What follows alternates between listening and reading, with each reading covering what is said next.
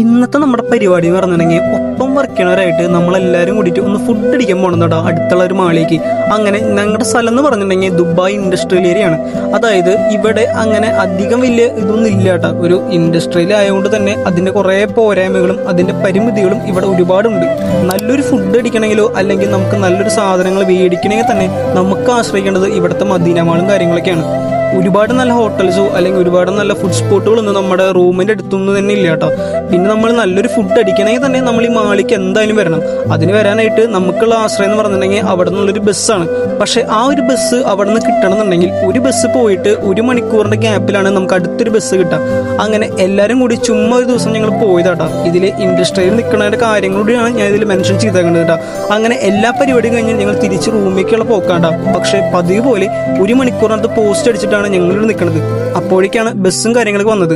അത് കഴിഞ്ഞ് ഞങ്ങൾ തിരിച്ചത് രാത്രിയൊക്കെ ആയിപ്പിക്കും തിരിച്ച് റൂം എത്തിയിട്ടാ. അപ്പോൾ ഇത്രയ്ക്കുള്ളൂ. അപ്പോൾ ബൈ ബൈ ട്ടാ.